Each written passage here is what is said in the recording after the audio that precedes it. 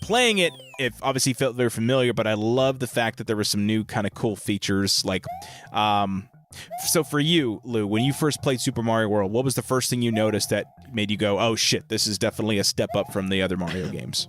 Excuse me. The colors. Oh, okay, just the color palette in general. The colors, yeah, it was much more bright and vivid. And Yoshi. Well, and Yoshi as well, yeah. So was Yoshi the first time, like from a gameplay perspective, like obviously plays like a Mario game. I think 2D Mario games pretty much at this point it's muscle memory. You play one, you can play any of them for the most part. But what was like a game? So for me, I'll tell you mine. It was the spin jump. I was going to say that it was the spin jump, being able to break the blocks. Yes, and of course, in perfect Mario level design fashion, the first level you pretty much go to, there's a place where you can use the spin jump to get to. Is it a pipe or is it like an actual power up? I can't remember. Something. It's something that encourages you to go, hey, you can break bricks as Big Mario with the spin jump. And dude, I tell you what, man, yeah, like I always when I first played it, it was always on somebody else's save file, so I didn't play it from the beginning. But then I remember when I finally did play it from like a new save file that I owned myself or whatever. It was, dude, I tell you what, man, it was pretty cool. Just like you literally had, because every time I played it, most of the stuff in the earlier levels was already beaten and unlocked. So like, for example, anytime I played, all the Switch Palaces were already done. So like, I didn't know what it was like to play without Switch Palaces. And then all of a sudden, you know, I'm I'm playing a new save file, and I'm like, what the hell? Why can't I run here? Why are these dotted blocks? And so then all of a sudden there's these like Switch Palaces. The castles hadn't been beaten yet. You're having to like unlock your, because like there's certain levels that you're like, I remember there being a level right here. Why isn't it there? And then when you beat the level before, oh, it unlocks the path to this level that pops up. You know what I mean? So. Like, what was your, so, like, when you first booted up Super Mario, well, you said you played it at the kiosk first, but, like, what was your first, like, playing through it, like, for me, I was kind of amazed at how big the map was, because it just kept going, and I was used to, like, Mario 3 was, like, you had levels, or worlds, I guess, and then you beat it and move on to the next world, whereas this was kind of a continuous, almost like an open world map. I don't know how you describe it, but... No, it flowed, whereas Mario 3, it was just you beat it and you just magically warped, pun intended. I mean, Mario does warp, but you warped from, you know, the first level to the desert land, and then from the desert land to, you know, the big person land or big item land or whatever it's called. Right. This was, it flowed. Yeah. Like they actually, it made sense as much as Mario could. Yoshi stuck out to me, like you said, the map flowing, but also the secrets. You know, just those blocks. As you progress, you get to the haunted houses with the ghosts that were chasing you. Yep. That was amazing. That was really cool because we had dungeons before. We had those back in the originals. Yep. But these ghost houses, and there were mazes, and there were secrets, and if you didn't look at the ghosts, they would come after you. If you looked at them, they would stop. It sounds beyond basic now, but as a kid, as an early 90s kid, that was amazing stuff. Well, because you had ghosts in Mario 3, and some of them behaved like that where they'd come after you, but this one had all these different kinds of ghosts now, right? You had ones that went in circles. You had ones that would, big ones, small ones. And then what I love about the ghost houses was they weren't linear. So as a kid, I actually kind of hated ghost houses because you didn't know where to go. And there was always a secret exit with the ghost houses, which always would unlock. So anytime you went to a ghost house, there was a secret exit that took you off the beaten path. And so I remember, again, as a kid, it drove me nuts. Once I figured it out, it was fun, and, you know, they really weren't that hard. But I heard a rumor, and tell me if you've heard this. Do you remember in the original Super Mario Brothers, in a few of the later castles, there was mazes where you had to go the right path to get to the end of the castle to fight Bowser? Correct, yes. There's a rumor that they use that as the inspiration to build out ghost houses. Have you ever heard that rumor before? I don't know if it's true. No, but it kind of it makes sense. It does. And that's why, I don't, you know, and so, let's see. So you had ghost houses that were new. You had, obviously, the dungeons and castles were obviously more complex. Yoshi. You had Yoshi. You had the overworlds. The spin attack, the question mark, the exclamation point buttons in different colors. Yep.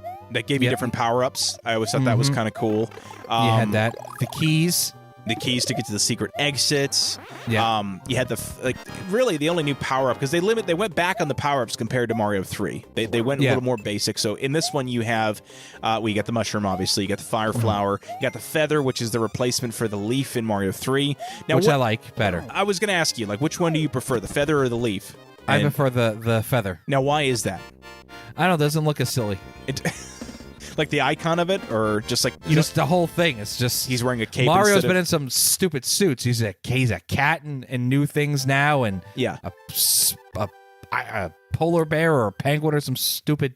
No, looks stupid. Okay, so a cape is now from a functionality standpoint, where in the original you had to get a running start and then jump, and then like you temporary flight. Whereas this one, theoretically, with the feather, you could fly forever. Like as long and as he's got like that ground attack, boom, like a missile. Exactly. So I think, honestly, the problem is I feel like you can kind of cheese your way through basically every single level in the game and not even have to try. Like there's. Come on, in Mario 3, if you play your cards right, you can be at the last level of going up to Bowser's castle in literally 3 minutes. Well, and that's true. All right, fine. So I guess there's always been a way to cheese. So yeah. And I'm not saying it was easy to do with the feather, but like if you knew how to use it and you knew like kind of like especially how to like kind of keep the rhythm going, like you're flying across. In fact, they teach you how to do that pretty early on. I remember there's like not a secret, but like a pipe you go down and bring you like all these coins where you get a running start and you can float back and forth with the cape to pick up all those coins.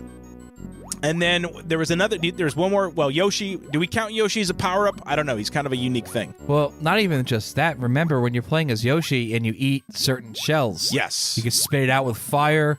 I believe that's the red one. The blue one gives him wings. And then you have the baby Yoshis and the different colored Yoshis. There's so much in this game. And you have in the overmaps, when they have the red dots, it means there's a secret. You got to try to find it. And which I didn't know for the longest time. I didn't realize that. But yeah, if the level is a red dot versus a yellow dot, there is more than one exit. Is there usually just two, right? Is there more than two ever? Or no? I believe there's only two. Okay. Maybe for a ghost house there was, but yeah. On a regular level, it was just the red and the yellow. Right. And now, did you know that right away as a kid? Like, did you pick up on that or no? I don't know where I got this info from. I don't know if it was, one of my dad's friends, he's a little bit younger than my dad, but he played video games, so maybe I got some ideas from him. Yeah. Maybe I got the power, Nintendo Power, or Game Pro. I don't know. Right. I don't know where I got this info from that I knew. It's just one of those, like, you just always have known it, and you don't remember not knowing it. Yes, kind of like how we've said, when do you remember getting this game? Like, I don't know. The game was just there. It was just there. It's kind of like for me in like Super Mario Brothers 1, like in 1-2, you can go on the top and go to the warp zone. Like I just always knew that's what you did. Yeah. Yeah. So yeah, all right, that's fair. But honestly, I was older, like teenager probably, when I realized that there was two. Wow. Yeah, no, I wasn't picked because again, I didn't own it. I didn't play it all the time as a kid, so I didn't have that that kind of built-in knowledge and that whatever you'd want to call it. But you dodged the question, Lou. Is Yoshi considered a power-up or like an extra character that is joining you for the ride? How would you categorize Yoshi?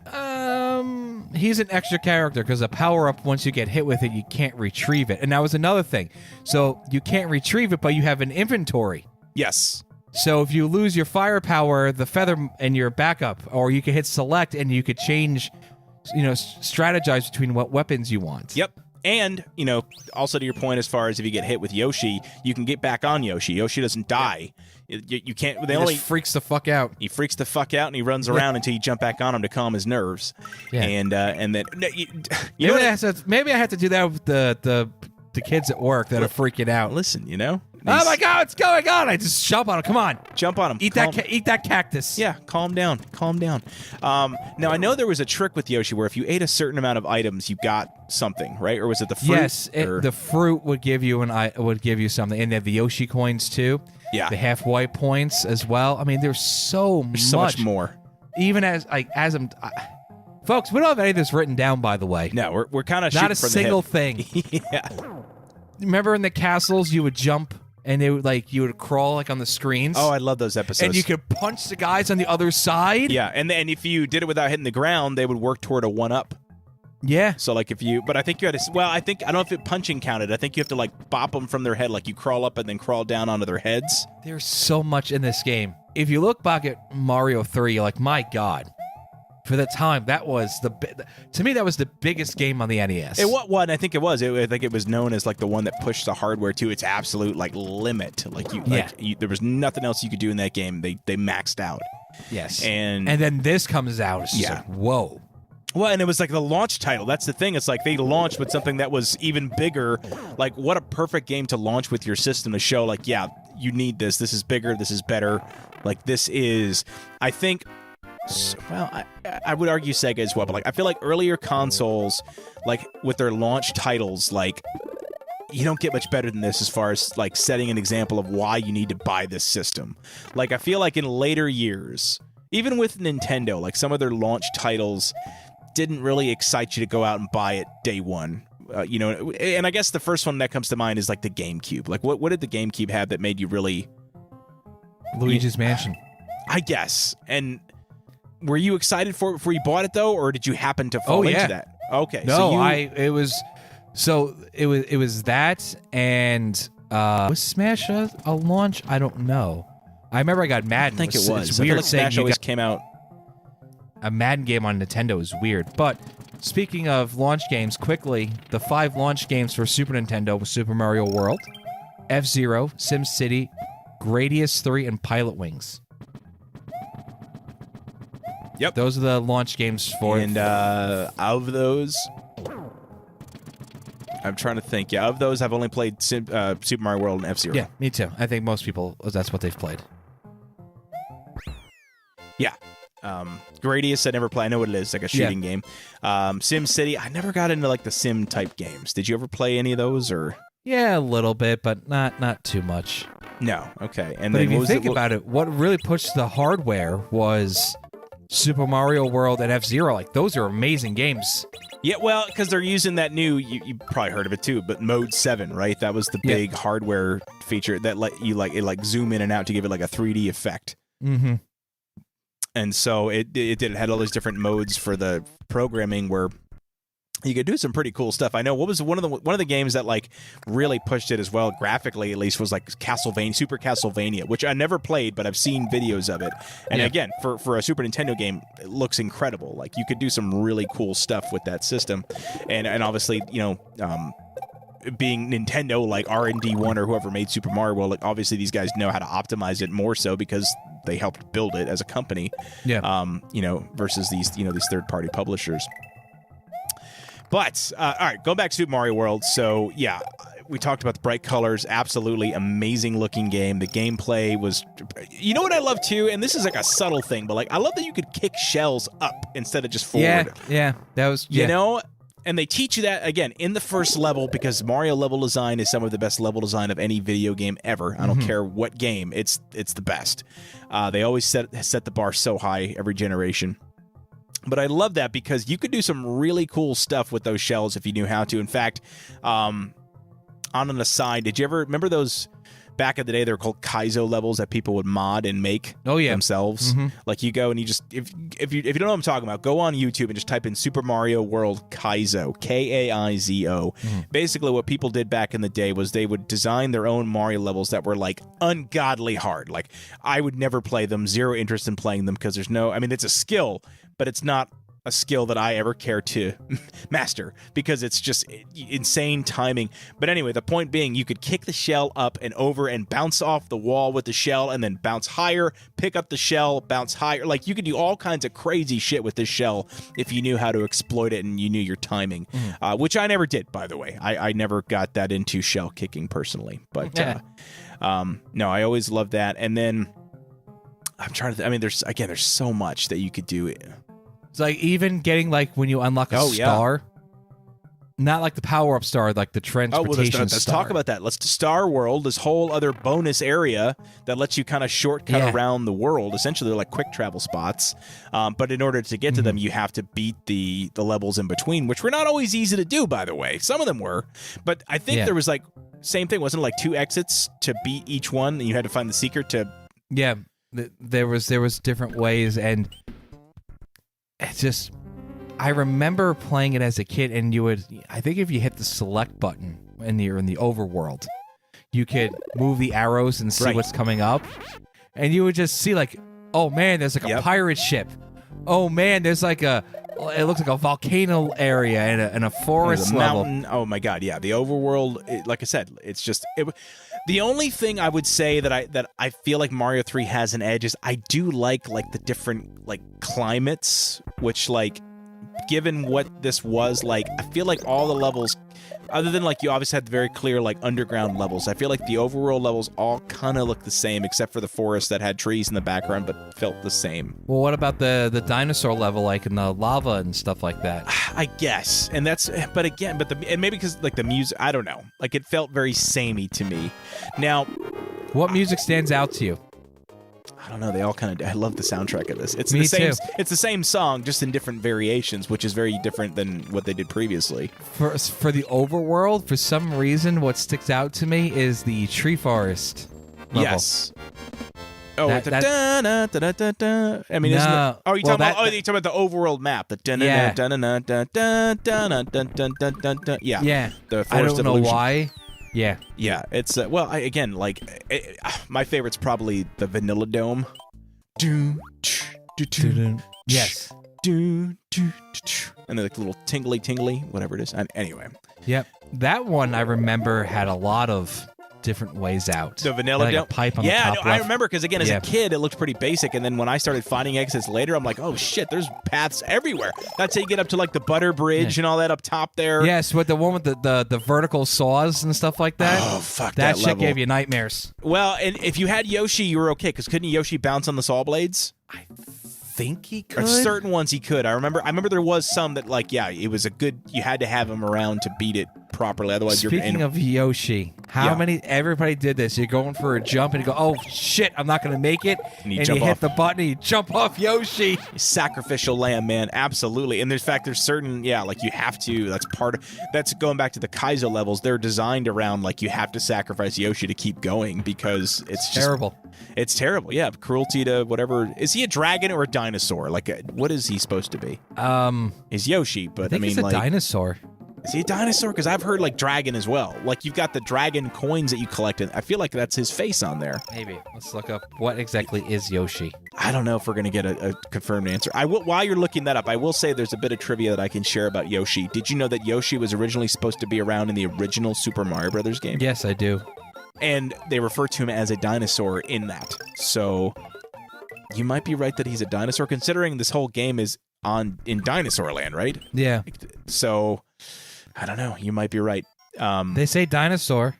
All right, so he's a dinosaur. Okay. And in the live-action Super Mario Brothers movie, he is also a dinosaur. Albeit, he looks more like a velociraptor in that. But he's a dinosaur there, too. So. Well, now that you mention it, he's in Dinosaur Land. There's a whole level of dinosaurs. That's what I'm saying. So, like, I guess that should have answered our question from the get-go. He's a dinosaur, and he lays eggs. But dragons lays. I don't know. It doesn't matter. It's really not that. It's not worth losing sleep over. Is it, though? Is it? I don't know. You know what I love about Yoshi, though, is did you ever notice every time you jumped on him, they would add bongos to the soundtrack, whatever level you were in? Yeah. Love that. And I didn't notice it for years until somebody said, like, I saw it online, and I'm like, all right, let me jump on, and all of a sudden I heard, if you can hear that, I'm drumming on my desk. Oh my God, it's so cool. Yeah. There's that I liked, and do you remember when you were playing in the second world, the ghost house had a really difficult second exit, and it brought you to like a secret area that would give you all power-ups and a Yoshi? Top secret area. Yes. Oh my God. And again, that was one that as a kid, the save file I played on at my friend's house already had it unlocked, so I just assumed it was always there. So then when I went and played through it on my own, I'm like, what the hell? How do I get this? And I can never figure it out. So here's a question for 90s kids. If you're renting a game like this from Blockbuster and has a save file and it's already almost beaten or beaten, are you playing that or are you starting from scratch? That's a fantastic question, Lou. I'll ask you that question first because you rented way more video games than I did back in the day. Like, what would you do? I think I would go with it. Whatever save file there was on there. Yeah, I would just go with it. I remember very vividly actually getting punished for it. What do you mean? I rented Donkey Kong Country 2, Diddy Kong, and a lot of people say it's better. it's a very good game. But I rented it and like, oh, Mom, I beat it. Somebody had a save file. I was like, well, now you're not getting it for Christmas. And she never gave it to me. My wife got it for me like for my birthday, like the birthday right before COVID. There you go. So I played it on Super Nintendo. It's probably the last like old school game in a cartridge I played before I got my emulators. Oh, okay, yeah, because that's right. I mean, I still have all my cartridges, but just for the sake of space and playing on it, absolutely, man. I'm a strong proponent of that, quite frankly, in this day and age. Again, because I never rented it, but it was always on a friend's save file. I don't think I ever started over. I do actually. Now that I think about it, this just memory just came up. That same friend's house, he had a few save files. I'm pretty sure I accidentally erased one of them on him. And he flipped the fuck out. And I think I didn't know what I was doing. I didn't know what a save file was. I never played with a game that had save. I'm like, what does save mean? Like, because other than like Zelda, what games on the Nintendo could you save? Super Nintendo? No, like original. I'm just thinking, from my perspective, this was my first exposure to Super Nintendo. Like, what games on the Nintendo could you really save? Not many. No, I think Zelda was the first, or at least was like the biggest. It was one of the few. I mean, yeah. So I didn't have any that's the one thing. Mario, right? Mario 3, you could save. No, you couldn't, and that's the one thing that I feel like it was lacking. Was there's no save feature. Right. So, I didn't know what it was, and then I remember. There's a couple other I remember Super Mario All-Stars had the save feature that looked very similar, so I started to learn what save meant. Now, speaking of that, do you know there's two versions of Super Mario All-Stars? Of Super Mario All-Stars? Yeah. As far as the cartridge? No, of the game. No. What do you mean? So the original Super Mario All-Stars had Mario 1, 2, 3, and Lost Levels. Yes. Later, it had all of those games plus Super Mario World. So I remember there was a cartridge that had both on the cartridge. I thought it was a 2-in-1, but that's what that was probably, was just our All-Stars and World. Now, that would have been good to have. That would have been amazing, now that I think about it.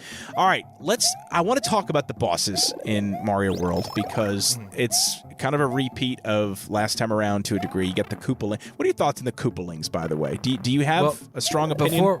Before we get there, I brought up a list of games on the original Nintendo that have save states. Okay. There's a lot more, but I'm looking for big names. As far as like games you could save on. Yeah. I'm looking at big games. I mean, there is a lot more. Dragon Warrior. Well, the RPGs, that makes sense. Yeah. Dragon Warrior 1, 2, 3, 4. Earthbound Beginnings. Final Fantasy 1, 2, 3. Fire Emblem. Yeah, RPGs pretty much. So, I mean, unheard Kirby's of Adventure. Kirby's Adventure. Oh, really? It's a good game. It is? Good game. This is on the original Nintendo. Yeah. Mm-hmm. Okay. Zelda. Yeah, it mostly is Star Tropics. RPGs. Tecmo Super Bowl. Tecmo NBA basketball you could save in. What would you save? I mean, I guess if you're doing like a season mode. Like a season mode. Okay, that's actually not bad, yeah. Wario Woods, which I believe is one of the last NES games that were made. I think so. That and like Yoshi's Cookie or something was one of them. And then Zelda 2 Adventures of Link. So there's a fair amount. I want to say there's about 50. Yeah, okay. So I guess a decent amount. I didn't have any of them. That's the problem. Is all the ones I had were played through. Zelda was the only one that I had. Yeah, okay. And I had Star Tropics, later. I never had Zelda. Oh, okay. So, but anyway, Koopalings. How do you feel about them? I thought they were funny. Yeah, I like them. I love them. How do you feel when they replaced them with like Bowser Jr. later? Like, do you feel like that? I didn't like that. Okay. Yeah, I agree. I think I'm not a fan of the baby Bowser, baby Peach, baby Luigi, baby this, baby that, baby this, baby. Okay, enough. Got it. So you're not a Yoshi's Island fan as far as the game? I like Yoshi's Islands. Okay, but not because of Baby Mario. In fact, maybe in spite of Baby Mario. In spite of Baby Mario, but because if they kind of made it like a one-off and it was supposed to be kind of like a prequel, I guess, it makes sense. But now I'm playing Mario Kart. I don't want to play as Baby Daisy. I don't. I don't get it. Yeah, no, that's fair. I get it. So, no, I agree. I love the Koopalings. I love them in Mario 3. I like the fact that this time they're in castles and each boss battle feels unique, whereas I feel like in Mario 3, they're all in the airships and you basically got to descend and kill all of them, whereas this time around, in fact, with the first castle, what is it, Iggy? I think is it Iggy or Lemmy? I'm gonna name them all, so here we go, in no particular order. Oh, I know them all. Yeah, go for it. Roy. Yep. Wendy. Larry. Ludwig. Iggy, Lemmy, who's definitely named after Motorhead. Oh, most of them are named after musical artists. Yeah, and Morton. Yeah. Morton Koopa Jr. Well, he's named. Come on. He's named after Morton Downey Jr. Yeah. And then you have Roy, who is named after Roy Orbison.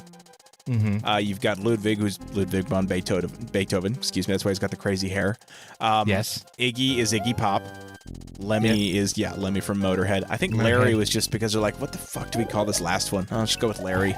That's why he's usually Larry. And he's the first one usually, so he sucks. Like it's Larry. I think he's actually not I think Iggy Koopa is the first one in this in Mario World, in the first castle. But again, the point being, it's not just jump on him 3 times and he's dead, which they actually end up going back to for like the 2D, 3D Mario games, the new Super Mario Brothers games when you fight him. Mm-hmm. In this one, it's actually, it's like there's different ways to kill him each time. So with Iggy Koopa in the first castle, you have to jump on him and slide him down the slope into the lava.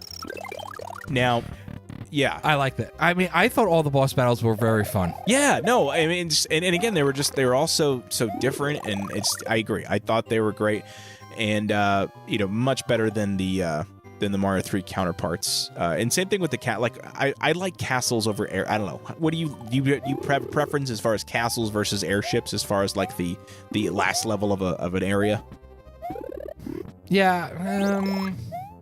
I mean, I can understand both. Yeah. I thought the airship is pretty cool, but not every single one. Like Bowser's, underlings having a castle as like a reward or something like that is pretty cool. Right.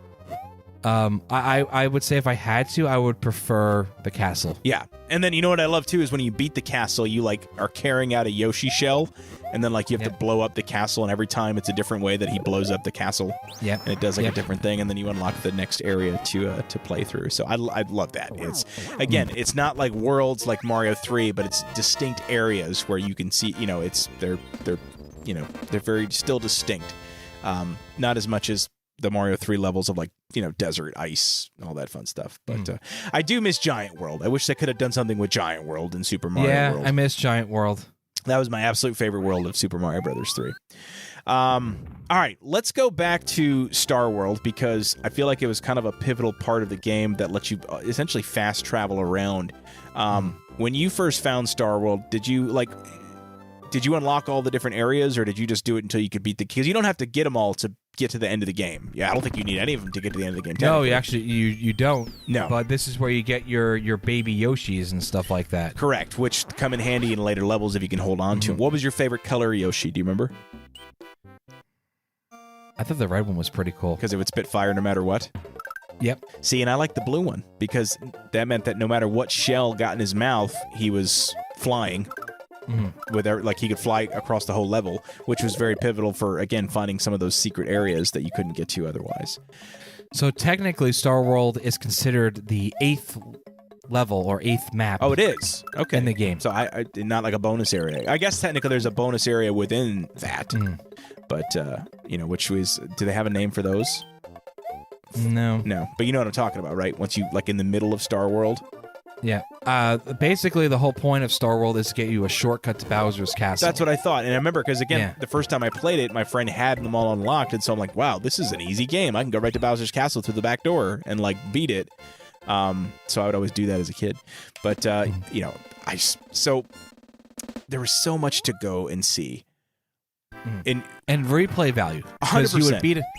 You would beat a level and, oh, I didn't get the second exit. Or, I didn't get the key to something else. There was the dragon so coins too. Like it would keep track of your dragon coins that you collected, because I feel like there was a reward if you got all the dragon coins in every level.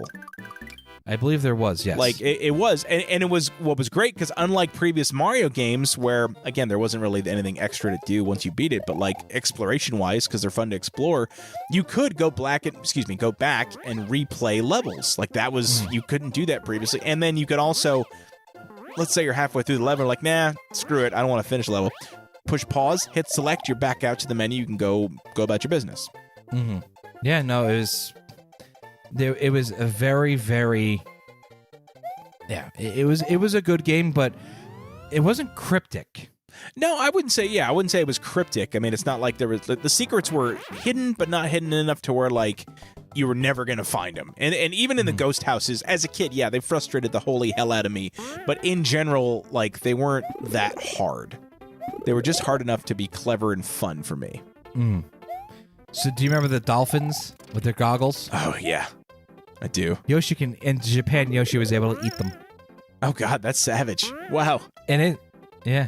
He could eat pretty much everything, right? I'm trying to think, other than like the dolphin. Like, well, I guess he couldn't eat some of the bigger enemies, right? Like he couldn't eat like a charging Chuck. I guess, yeah. I'm trying to think. I don't remember honestly, but I think it was just maybe the smaller ones. So what was your favorite region or world? It's not a world. What was your favorite section of the game as far as levels? For some reason that forest level. Yeah, I think it's because I had a lot of problems with it. Oh, it's not an easy one because that's another one where like you have to find the secret exits to really progress, and some of those are a little more challenging. Because I remember I would beat the level and then it would just loop me back around. I'd go in a circle and come back to the level. I'm like, what the hell? That's not what I wanted to do. So I have to go back in and try to find a secret exit, and I never could. Well, I mean, I did eventually, but it was not easy to do. So. There's some things I didn't realize about this game, and some things that were taken out of it. Some things that were in Japan only. So, did you know, like I said, about the dolphins with the goggles? Yoshi could eat them. Okay. Apparently, early in development, they were going to do a story. Yoshi was like a Koopa that ran away. He was like a Koopa underling. Oh, and he ran interesting. Away. Okay. Yeah. And they yeah. Yep. So, this I didn't know. This actually I just read before we went on air, and it blows my mind. There is a crazy connection to Mario 3 in this, and I already mentioned it. So before you get to Bowser, yeah, remember I said that sunken ship? That's supposed to be the final airship from Mario 3. Oh wow. Okay. Well, it crashes, and that's why how they get to Dinosaur Land. Yeah, and that's why Bowser sets up shop in this new world. And he built a castle. I mean, that's very economic of him. But, yeah. Interesting. Isn't that crazy? That is kind of cool. I like that. Mm-hmm. You know, it's funny. Going back to the start of our discussion here with power-ups, there's one power-up that I forgot to mention. Do you remember what it is? What's that? So we talked about the flower, we talked about the mushroom, talked about the feather. There's one more. And it's only in a few levels, but I consider it a power-up, albeit a temporary one. Not the star. Yes, the star, but no, there's another one. Do you remember it? The balloon. Oh, yeah. The pea. That's right. The pea balloon, where you basically float up, and it's very temporary, but there's certain levels where if you get that, that's how you find secret exits, as you navigate the balloon in the right direction before the air runs out, and you just shrink back to regular size. So here's another one. I got some fun, just reading off some fun facts here. The Forest of Illusion, we've mentioned a couple of times in this episode. That's the name of it in America. In Japan, it was called the Lost Woods. Okay, no big deal. Yeah. The next year, Link to the Past, there's a level called the Lost Woods. Dun dun dun. There's also one in Ocarina of Time on Nintendo 64 called the Lost Woods. Yep, and we see more Goombas in this, which was exciting. You see more species of Goombas and Koopas and all that stuff. So I was going to ask you about that, because that's one thing we didn't talk about. The Goombas are very different in this game, because unlike the previous ones where you jump on them and squash them, these guys, they're almost like Koopas in that you can pick them up and kick them around like Koopa shells, but they don't roll. Yeah. What were your thoughts on the Goombas this time around? They're a little more tough. These weren't your average Goombas. Yeah, but they are, so canonically they are considered a different species of Goomba then? I think so. Maybe. Interesting. I mean, yeah. Yeah, that I found I really like the fact of, now when I play this game, I'm going to view that ship of, that's it. That's a down ship. I am. It's cool. I like it. It is. No, and it's a little bit of continuity that you don't always see in a Mario game, because let's be honest, they pretty much just kind of reset things every game. Yeah. You know, going forward. You know, same thing with like the 3D, whatever. It's, there's very little callbacks, which is fine because you don't need much, but it is cool when they throw in a little Easter egg. Because I agree. Let's say that's canon at this point. Let's just say that's if you're listening to this. Like Mario 64 was like nothing. We want nothing to do with any of the. I felt like it had nothing. To do with any of the other games. It felt like a total reboot. No more Koopalings. No, I mean technically Yoshi and like an Easter egg, but that doesn't count. Let's be honest. And L lives or something like that. What's that famous? Oh, is there L is real? Oh, I don't know. There's like a Easter egg or something? Yeah, and one of the fountains, L is real or something like that. Interesting. Okay. Yeah, I know there was that was a huge rumor. Right. Yeah, I mean, I'm gonna have to look that up quick. Hold on. Bear with me a moment. L is real, I think it is. L is real. Because I know there was a rumor that you could play. Yes. You could play as Luigi in Super Mario 64.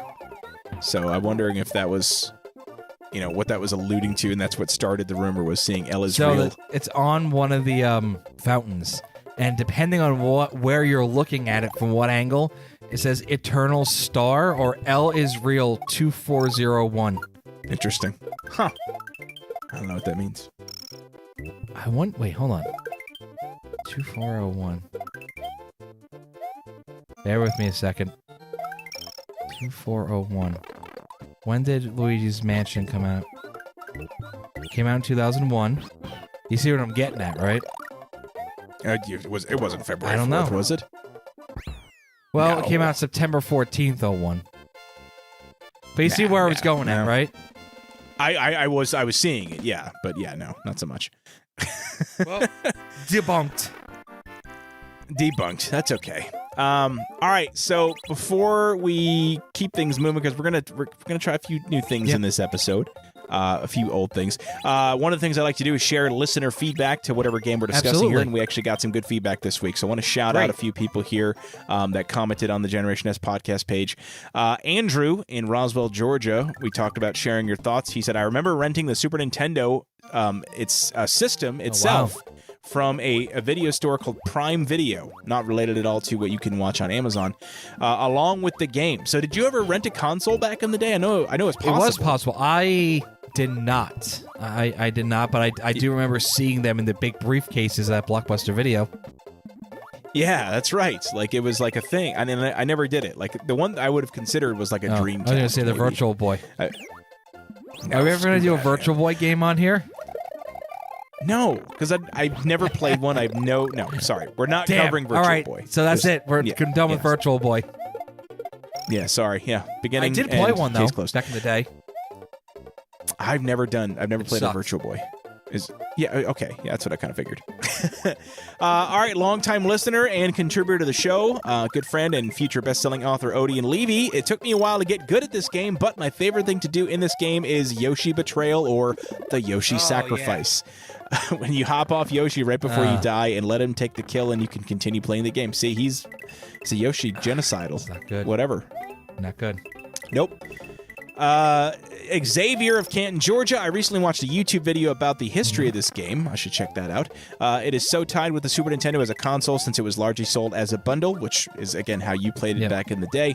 It reminds me of the whole experience buying the Super Nintendo down in downtown Miami when we were kids on one of our yearly vacations from Ecuador. We were with an older family, a friend at the time, who actually bought the Super Nintendo bundle and beat the game in like a week and then sold his system. That's savage, man. Wow. And then one more here from good old Scotty Bones. Good from my radio days back at Fly 92. Scotty Bones, one of my favorite games of all time. Have not been into gaming much for many years, but still have this hooked up as part of the the Super Nintendo Mini, the SNES, mini console that came out with the 30-plus games loaded on it. When this game came out, it was way ahead of its time. The graphics were beyond what we'd ever seen. Absolutely. Very impressive considering we were only a few years removed from, very simple graphics with the original Nintendo with Mario Brothers and whatnot. With all the different worlds and levels, playing this game was truly an escape, and being introduced to Yoshi was really cool, especially with all the different things you could use him for.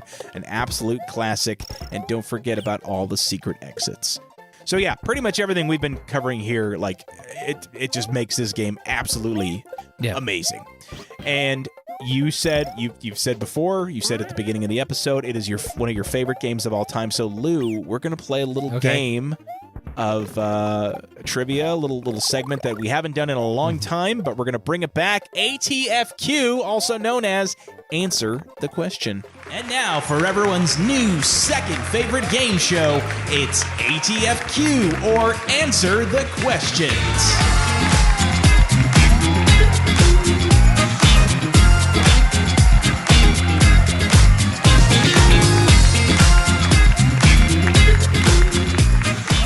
Okay, I'm going to ask you 5 questions, and I think we're going to do this every week because we're going to go back and forth, and we're going to see who scores more points each week. We'll just keep a tally. Could have started WrestleMania 2000. Probably gotten 100. Well, I know. Okay. Maybe, yeah. Well, and maybe we'll do a retcon or whatever you'd call it on the previous games. We're starting it now, though. Episode 7. Here we go, Lou. Question number 1 here, and I want to give you multiple choice, but I feel like it's too easy. But screw it. No, I'm going to give you multiple choice. Right. Here we go. Question number 1. What is the name of the secret level that can only be accessed by finding a key in the Star World? Is it A, gnarly, B, tubular, C, way cool, or D, funky? I have no idea. I've never even heard of this. What? Yes, the secret world inside Star World. You did those, didn't you? I don't remember. You this. Had to have. I knew it. So never even basically, heard of this. So what happens is you've beat all the stars in Star World. You go to the secret. It's like they're like dark. They're blacked out. No, and they're like never even heard of this. Okay, when you get off this recording, go to YouTube and type in "funky Super Mario World." The answer's funky, by the way. So you got that wrong. Didn't even know it existed. Them up. They're like super extra bonus levels. I'm looking it up right now. You had to have played these. Don't watch it right now. We're recording. Be professional. Yeah. Funky level. What the hell is it? Okay, now I have to look it up. I'll watch it later. Watch it later, but let me know what you think. Okay. Question. I can't believe this is your favorite game. You didn't know about it. No, I didn't. Okay, well, there you go. It's the game. You're right. There's so much to do in this game. Question number 2. In Super Mario World, completing which secret area unlocks the entire special world? And we kind of just covered that because that's what those are. Yeah. It is Star World. Hey, Star World. Question 3. What happens to the game's map and many of its enemies when you complete the special world? You're not going to know this because you didn't know it existed. No, I didn't know it existed. So I'm going to just tell you the answer. The map colors change and the enemies get new looks. What? Yes! I can't believe you didn't know this! No idea. It's amazing. I've done it. And you can't reverse it either. Once you change the levels, there's no going back. You have to do a new save file. So basically it gives it an autumn look. Everything is kind of red and orange. And then certain enemies have little Mario helmets on and stuff. Dude, it's wild. What the hell is this? Yeah, dude, it's incredible. All right. Okay. I'm going to look this up. Yeah. You have to look it up. Okay. Man, I feel like I can't be we're gonna have to call this a dress rehearsal round of this game because these are hard questions that you wouldn't have even realized. So anyway, question number 4: which level in Super? No, it's the no, actually Funky. no. This you might know this one. Hold on. Right. Which level in Super Mario World features the infamous item abuse trick that allows Mario to reach seemingly impossible areas? Is it tubular, outrageous, awesome, or cheese bridge area? The bridge area? It is the bridge area, yep. Yes. Do you remember this item abuse trick that we're talking about? I've heard of it. I kind of remember it. Yeah. So that's why I said the bridge. Okay, there you go. Fair. And you'd be absolutely correct. Mm-hmm. And finally, question number 5. Which item is necessary to access the secret exit in Donut Plains 2 that leads to the top secret area? Is it A, Yoshi, B, the feather, C, the fire flower, or D, the pea balloon? Oh, it's either the balloon or the feather. I want to say it's the pea balloon. That would be incorrect. It is, in fact, the feather. Okay, I knew because you had to get up. So yes, you had to get it up, Luke. Had to get it up. Oh, good stuff. Not our best showing of trivia, but that's okay. It's fine. Blew my mind though. I think I'm more amazed with the fact that you've literally there's a whole part of the game that you never knew existed 30 years later. So that I take satisfaction in. All right, man. Well, before we move on to what else was going on in pop culture, anything else you want to cover in the world of Super Mario World? No, I think we kind of went over everything. It was we didn't talk about the thing at the end with the numbers. What do you mean? When you hit the tape at the end?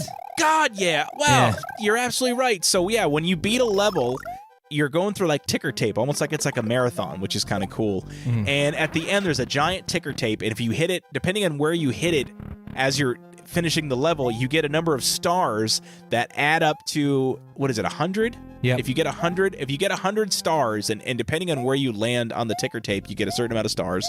Once you get 100, you're taken to a bonus level with I guess it's 9 like random blocks that you have to match 3 in a row to get items or 1-ups or whatever it is.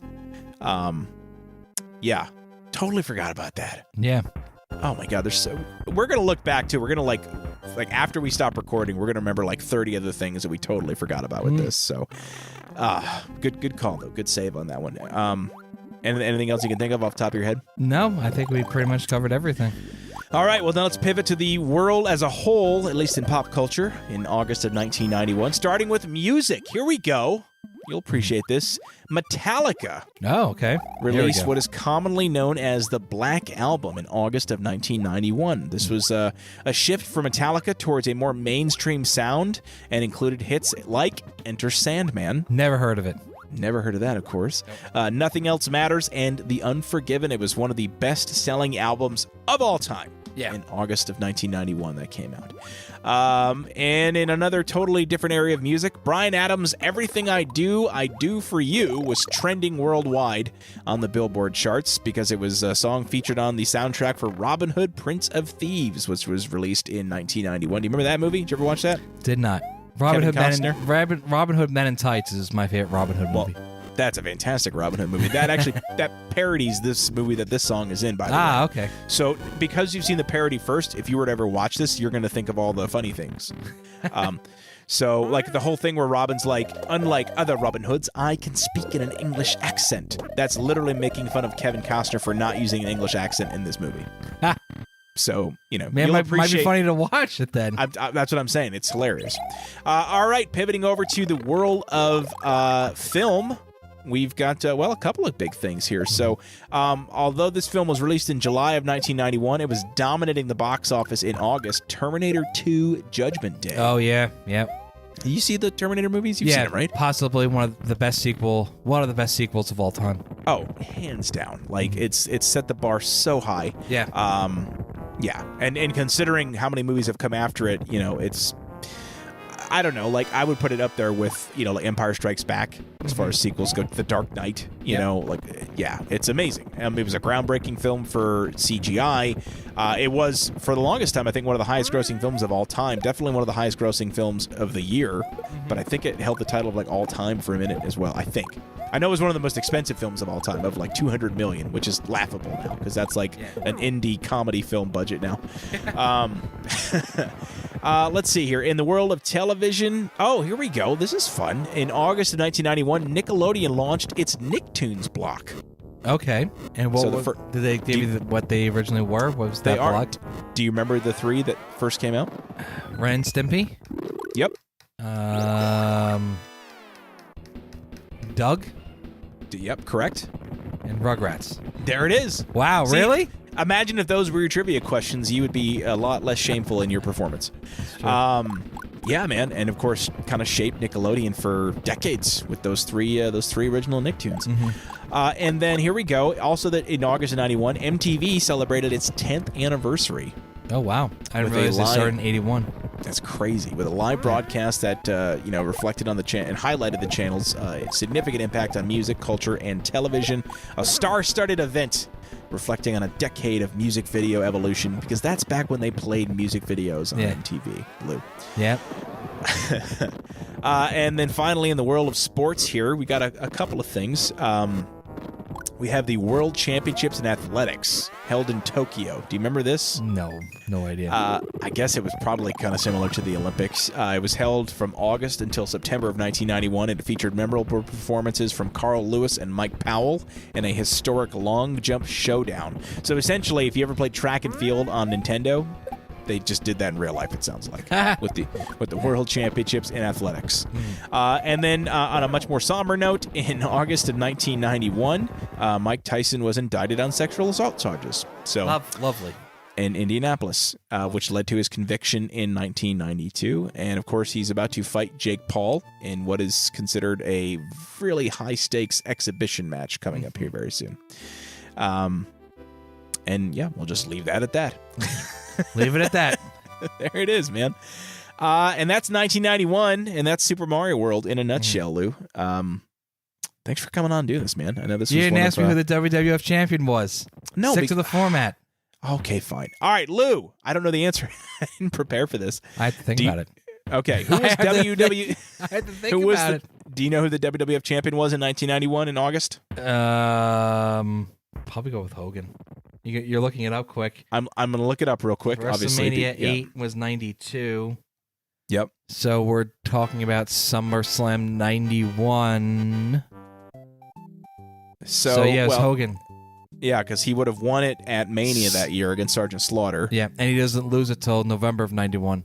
And he loses it in November to Undertaker, right? Undertaker, yep. That's right. That's Survivor Series. Mm-hmm. And then he gets it back like 2 days later at Tuesday in Texas or whatever it was. And then Ric Flair wins an event, even though it was not fair to Flair. The greatest Royal Rumble of all time. Yep. But I digress. All right, fine. Yeah. The problem is, I feel like we're going to start coming into repeats where like we're talking about the same month and year we had previously. Hulk Hogan. Yeah, it's probably going to be Hulk. When in doubt, it's Hulk Hogan, unless it's like the late 90s and then it's Stone Cold Steve Austin, probably. Yep. Or The Rock. Anyway. All right, man. That's episode 7 in a nutshell. Super Mario World. And great game. One other thing I'd like to start doing is talking about whether the games we discuss, there's 3 choices here. Mm-hmm. A, is it worth playing as it is in 2024? B, is it maybe not holding up but would certainly benefit from a true remake? Or is it C, fuck this game, let's erase it from history? I feel like that's not going to come up too much unless we purposely want to troll our listeners and talk about a really shitty game. But so between the two, is this playable now or is it worthy of a remake? Playable now, 100%. Okay. Yep. Worthy of a remake, yes, but it should not be remade. I agree. It needs to stay the way it is. 100%. I think I agree. I think it's as perfect of a Mario game as you're going to get. One other thing I wanted to ask you right at the end here is, do you prefer your Mario games in 2D or 3D overall? 2D. 2D. Yeah. And that includes like the new Super Mario Brothers games, like the 2.5? 2.5 is okay, not 3D. Okay. You're not a 3D Mario guy. All right, so we probably won't cover, at least with you, I mean, maybe I'll bring in a special guest to talk about like Mario Galaxy or Super Mario 64 or Mario Sunshine. Mario Sunshine is garbage. See, that's why I'm going to get somebody else to cover that episode. Actually, what about Luigi's Mansion? Does that count as 3D? No, it's a Luigi game. It's the same thing. It's not a Mario game. It's Ghostbusters, dude. It's a Ghostbusters game. But look at the numbers. The kids love us. The Ghostbuster upload did great. It did. Absolutely. Well, speaking of which, guys, make sure you are checking us out on YouTube because, in fact, you may be listening to this on YouTube and watching a gameplay video of Super Mario World, but if you are, you're listening to the abridged version because Luke cuts quite a bit of the stuff out, quite a bit of the fluff out from the beginning of this episode. So if you want to listen to the whole thing, make sure you're checking us out on iTunes or Amazon or wherever you get your podcasts. We're there. Lou, what do we talk about next week? You want to share it now? We are talking about the competition for Super Mario World. We're talking Sonic 1. Sonic the Hedgehog on Sega Genesis. Yes. Now, I know you were not a Sega kid, but I'm assuming you have played that. We did not talk about this beforehand, so. Yes, I had a Sega Genesis, but towards the end of the cycle. Yeah. And I had all the Sonic games. Okay. Yes. And so even before then, this was one of the games I played at my cousin's house. Okay. And perfect. She had Sonic, and yeah, that game was not easy. It was not an easy game. No, I'd say, yeah, they only got easier, but we'll talk about that next week. So, yeah, dude, I love Sonic 1, so thank you. I honestly, this time I had no idea what it was going to be, so I'm happy you picked that one because it's one of my favorite games. All right, guys, that's going to wrap it up for episode 7. Again, thank you so much for listening. If it's on YouTube, go check us out on your regular podcast platform to get the full episode. If it's on one of the regular ones, check us out on YouTube to see the gameplay video. Nice little background noise for you. And make sure if you like the show, recommend it to your friends. Anyone who likes retro gaming podcasts, we're still kind of kicking things around here, seeing what works and what doesn't. And make sure you're checking out our old episodes as well. The Generation S episodes are still going to be on the feed. They're not going anywhere, so if you like the 90s and early 2000s in general, this is still a great spot for you. Plenty of episodes to go through with those as well. So, guys, thank you so much for listening, and as always, we will talk to you soon. Goodbye.